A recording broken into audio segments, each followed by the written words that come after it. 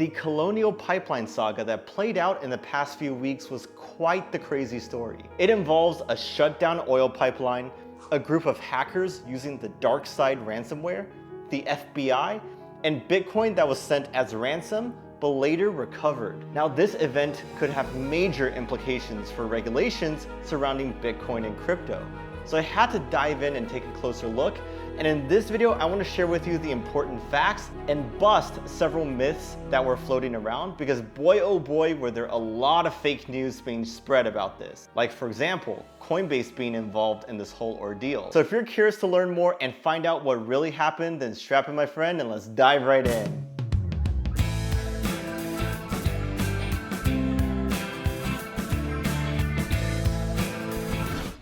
In early May, the Colonial Pipeline was hit with a cyber attack that shut down its 5,000 plus miles of pipeline. Now, this caused major gas shortages throughout the southeast region of the United States. The FBI investigated and found that a hacker group used a popular ransomware service called DarkSide to do this, right? And Colonial ended up paying about $5 million in Bitcoin as ransom. This isn't the first time an attack like this has happened though, and it won't be the last. But there is a twist though. The FBI was able to seize control of the Bitcoin sent to the hackers by getting hold of the private key of the wallet where those Bitcoin were held. And if you don't know, the private key is just like the master password of a wallet. So anyone who has it can control the Bitcoin within it. End of story, right?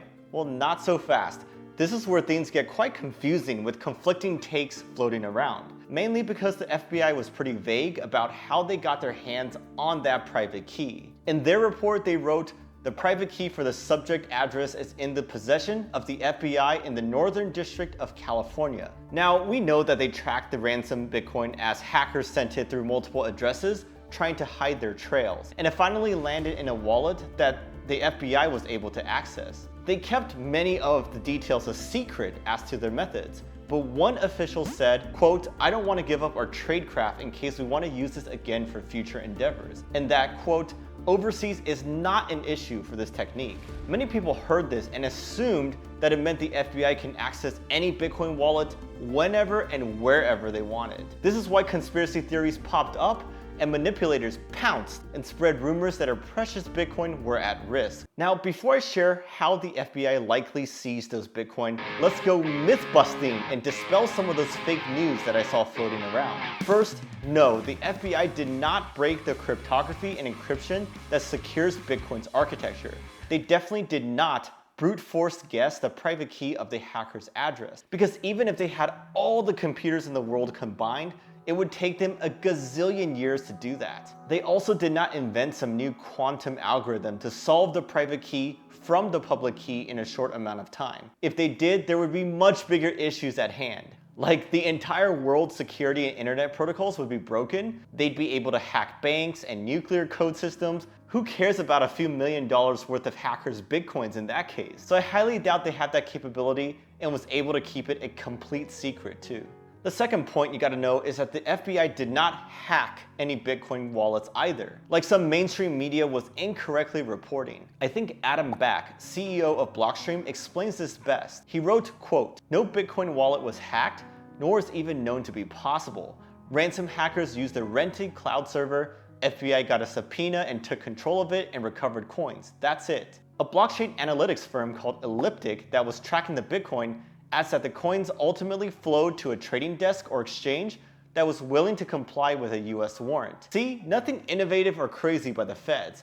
They utilized regular legal mechanism. And there's no wallet vulnerability that we don't know of that we should be worrying about. Third is that some people were asking, like, why did they still need the court order if they have the password or private key per se? It's a simple explanation. Even if they have the key, they still need the court order to legally access those funds. Fourth is that some people were speculating that Coinbase, the exchange, was involved in the whole ordeal. But that's wrong, right? Their chief security officer came out and denied this. And I believe him because I see where the confusion probably came from. Some people were pointing to this BitQuery graph that showed some of the Bitcoin being sent to Coinbase.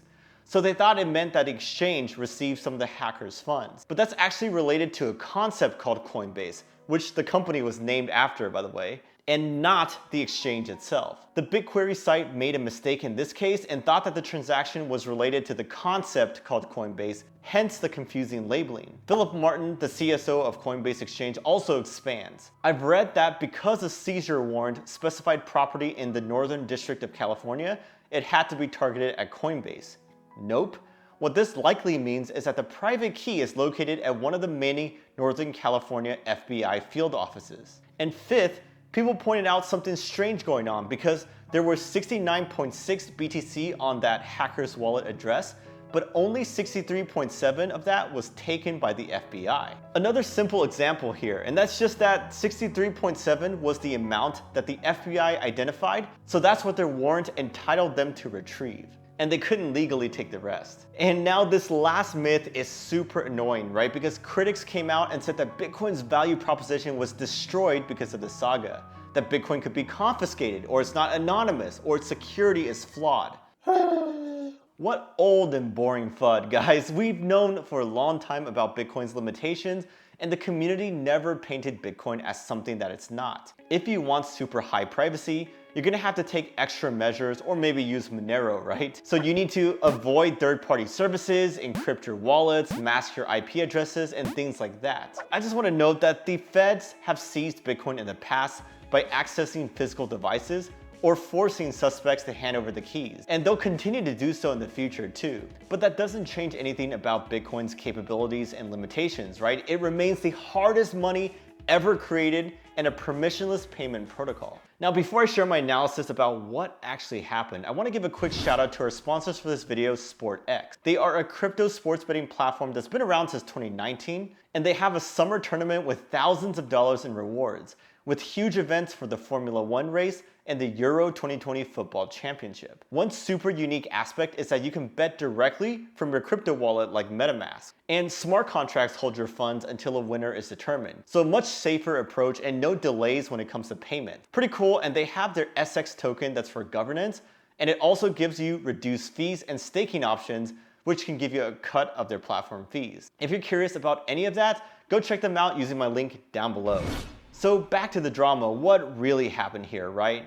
Well, we can't say for sure, but here are my 4 strongest guesses. First, the Bitcoin could have landed in a wallet controlled by a custodial service, like an exchange, for example. And that makes it easier for the FBI to access, assuming the owner of the service is down to cooperate. Second, the coins could have landed in an unencrypted wallet on a device that the FBI has gotten physical access to. And in that case, it would be easy for them to get the backup phrase or the private key in that case, especially if there was no password on the wallet or a weak password. By the way, they can also do this remotely if they hacked the server or computer holding the wallet. Third, maybe the FBI discovered the perpetrators' identities and forced them to return the funds to an FBI-controlled address. This is actually not that crazy.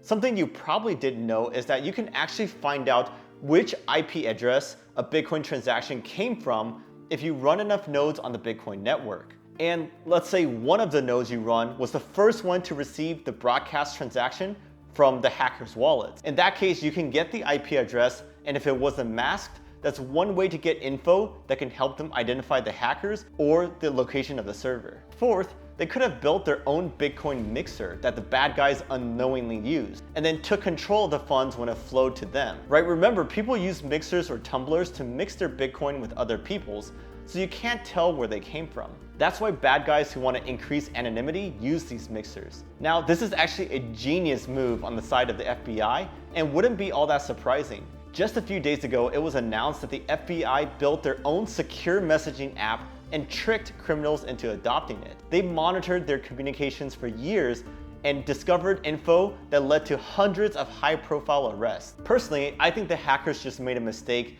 by sending it to a rented server that the feds were able to get a warrant for. But these other scenarios are possible too. I want to hear from you though. Which one do you find most compelling out of all the ones I shared? Let me know down in the comments below. Now, it's pretty funny because Bitcoin bulls can always spin every piece of news in a positive light. and this one is no exception. People were actually saying that the FBI seizing Bitcoin was good news, because that means critics and politicians can't say that Bitcoin is just for criminals and the dark web anymore. Since law enforcement has said before that they actually like criminals using Bitcoin because it's traceable, right? And now there's a high-profile case as an example. I hope this video helped clear up some misconceptions and FUD surrounding this saga.